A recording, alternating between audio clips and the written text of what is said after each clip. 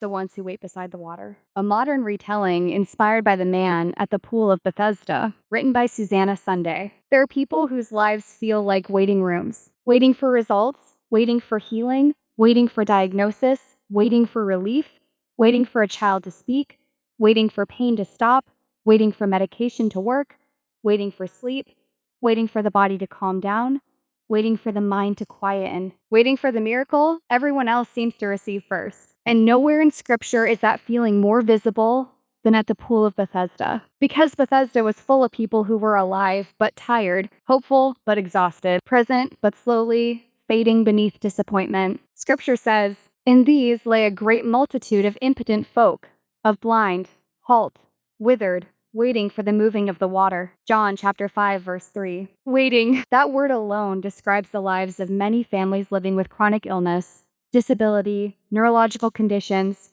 cancer, mental illness, autism, chronic pain, dementia, autoimmune disease, depression, schizophrenia, and lifelong medical uncertainty. Waiting becomes a lifestyle. Chapter 1. The Families Beside the Water. In one house lived Esther and her husband Michael. Their daughter, Lily, had a rare neurological condition. Some days she spoke clearly. Other days her body shook with seizures that arrived without warning. Their home was full of medication alarms, specialist appointments, emergency bags, insurance forms, and interrupted sleep. In another house lived Hope, raising her autistic son Jonah. Alone after years of exhaustion fractured her marriage. Jonah was beautiful, deeply sensitive, and overwhelmed constantly by sound, crowds, clothing textures, and change. Hope loved him fiercely, but many nights she sat on the kitchen floor after he finally slept and whispered, "Lord, how long?" Across town lived Daniel, whose wife Grace was slowly disappearing into dementia far younger than anyone expected. Some mornings she recognized him immediately. Other mornings she stared at him with polite confusion. Every family had become familiar with the same invisible geography. Hospitals, waiting lists, special schools, therapy centers, pharmacies, late-night fear, and worst of all, comparison. Because suffering rarely happens alone. It happens beside other people's breakthroughs. Chapter 2. The Pool of Modern Life. The Pool of Bethesda still exists today. Not physically, but emotionally. It exists in hospital corridors, oncology units, psychiatric wards, autism assessment waiting lists, chemotherapy rooms, disability tribunals, care home visits, sleepless bedrooms, and homes where carers whisper prayers over sleeping children. And just like Bethesda, modern life can feel deeply unequal. Some people seem to step into healing quickly. A treatment works, a child improves suddenly, a breakthrough comes, an operation succeeds, a medication stabilizes someone beautifully, and others watch from the side wondering, what about me? What about us? Have we been forgotten? Subscribe to our YouTube channel and share mercy daily with every family waiting beside the water. Chapter 3. The Man Nobody Helped. The man at Bethesda had been there 38 years. 38 years. That is longer than some marriages, longer than many careers, long enough for disappointment to become identity. And perhaps the saddest sentence in the story is this: "Sir, I have no man, when the water is troubled, to put me into the pool." John chapter 5, verse 7. No man, no one to carry him, no one to help him reach what everyone else could reach. How many modern families feel that way? No help, no respite, no support, no understanding. No one who fully sees how exhausting this life has become. Some others have become carers so completely that they no longer remember who they were before survival took over. Some fathers go to work carrying terror in silence because somebody still has to pay bills. Some siblings grow up too quickly because illness rearranged the whole household around survival. And many whisper quietly, "I have no man." Chapter 4. The exception to the rule. At Bethesda, there was a system. The water stirred. Someone entered. Healing came. But it often appeared to favor the quickest, the strongest, the ones with help, the ones who could move first, the ones who had someone to carry them. And that's how life can feel too. Those with money, support, mobility, strong networks, access, emotional capacity, stable health, functioning minds, often seem to reach the water first. Meanwhile, others remain lying beside the pool, exhausted, isolated, mentally overwhelmed, chronically ill, neurologically struggling, emotionally burnt out, or physically unable to move quickly enough. But then Jesus entered Bethesda, and he did something astonishing. He bypassed the system. He went directly to the man who could not reach the water, because God alone knows who is the exception to the visible rule. Chapter 5. The conversation before the healing. Jesus asked him, "Wilt thou be made whole?" At first, the question sounds strange. Of course, he wanted healing, but suffering changes people. Long-term illness changes people. Chronic waiting changes people. Disappointment changes people. People living with prolonged suffering often carry complicated emotions: hope, fear, exhaustion, resentment, survival habits, emotional numbness, disappointment in God, and terror of hoping again. So the man did not answer directly. Instead, he explained his reality. "Sir, I have no man." That sentence was not rebellion. It was exhaustion. It was the voice of someone who had watched others enter the water year after year while remaining stuck himself, and Jesus listened. That matters deeply. Christ did not rebuke his honesty. Chapter 6.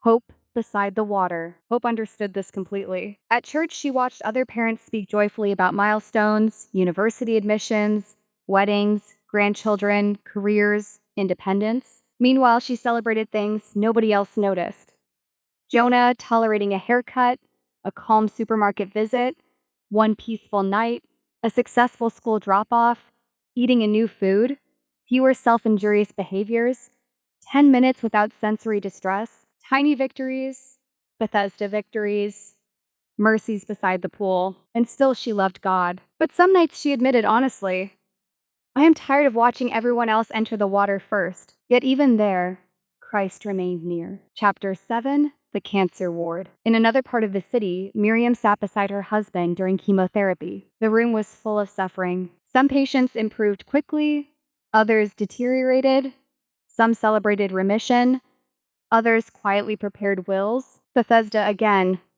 the stirred waters appearing unevenly distributed. One afternoon, Miriam watched another family ring the hospital remission bell while her husband sat weak and nauseated beside her. For one terrible moment, envy pierced her.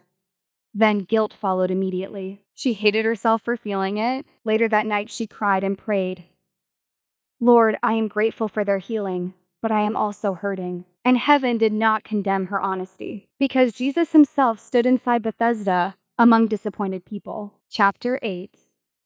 The mercy hidden inside delay. One of the hardest truths about Bethesda is this: the man's blessing came at a different time. Others had already entered the water before him for years. Yet his delay was not proof of abandonment. And perhaps this is one of the deepest mysteries of suffering. God's timing often looks painfully unequal from earth. Some receive healing suddenly, some gradually, some partially, some emotionally before physically, some spiritually, while their bodies still struggle. And some live in long seasons where mercy looks less like dramatic cure and more like daily sustenance, but mercy remains present in all of it. Mercy in surviving another treatment, resting after months of insomnia, one calm day, reduced pain, a supportive nurse, a child laughing despite disability, medication working temporarily, a husband remembering his wife's name for one more evening, a mother finding strength again after collapse, a father continuing despite despair. Mercy does not only exist in instant healing. Sometimes mercy is what keeps people alive beside the water until Christ himself arrives. Subscribe to our YouTube channel and share mercy daily. Every family beside the water needs to hear this. Chapter 9. The choice. What moved many of the families most was this: Jesus spoke to the man personally, not generically, personally, because God does not heal by mass production. He sees individually the child with autism, the patient with cancer, the mother with burnout, the father with hidden depression, the person with schizophrenia terrified of their own mind, the carer silently collapsing, the sibling forgotten by circumstance, the elderly woman losing memory. the chronically ill teenager watching life continue outside hospital windows. He sees them all individually, and sometimes Christ steps outside the expected pattern entirely, not because the water was wrong, but because he himself is greater than the system people trusted. Chapter 10. The day Hope understood. One evening, Jonah finally slept after a brutal sensory day. Hope sat in darkness, too tired even to pray properly. Then she remembered the man saying, "I have no man." And suddenly she realized something. The story did not end there. Jesus became the one the man did not have. The helper, the lifter, the one who stepped into abandonment itself. Hope began crying quietly, not because everything changed, but because she realized, even when nobody fully understands the burden, Christ still enters Bethesda. Not always loudly, not always dramatically, but faithfully. Chapter 11. The greater mercy. Sometimes people misunderstand mercy. They think mercy only means immediate cure, dramatic deliverance, visible success, outward restoration. But Bethesda teaches something deeper. Mercy is also being seen, being spoken to, being remembered, being sustained, being strengthened, being accompanied, being loved while still waiting. The man had lain there 38 years, and still Christ walked directly toward him. That means no suffering is too old for God to notice, no diagnosis too complicated, no delay too long, no exhaustion too deep. Chapter 12.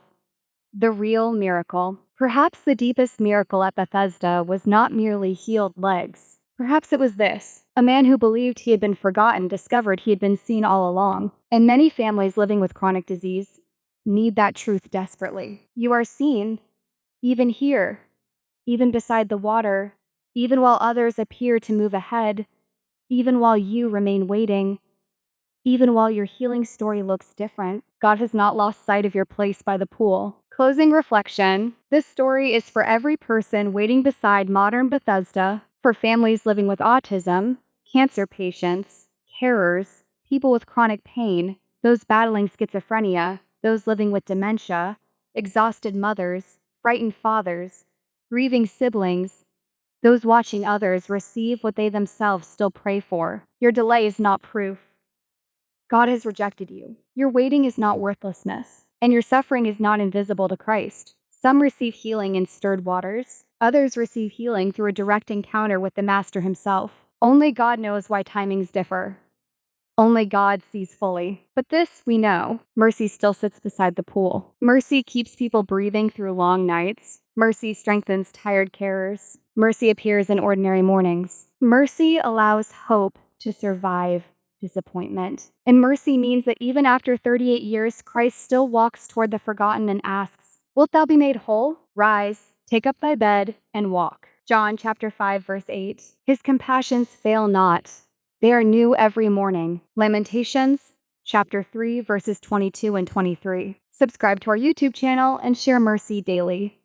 Share this film with every family still waiting beside the water. Visit us every day at www.mothersfaith.xyz. This film was created by Susanna Sunday, a mother's journey of faith, autism, and self-discovery. Copyright 2026, Susanna Sunday. All rights reserved.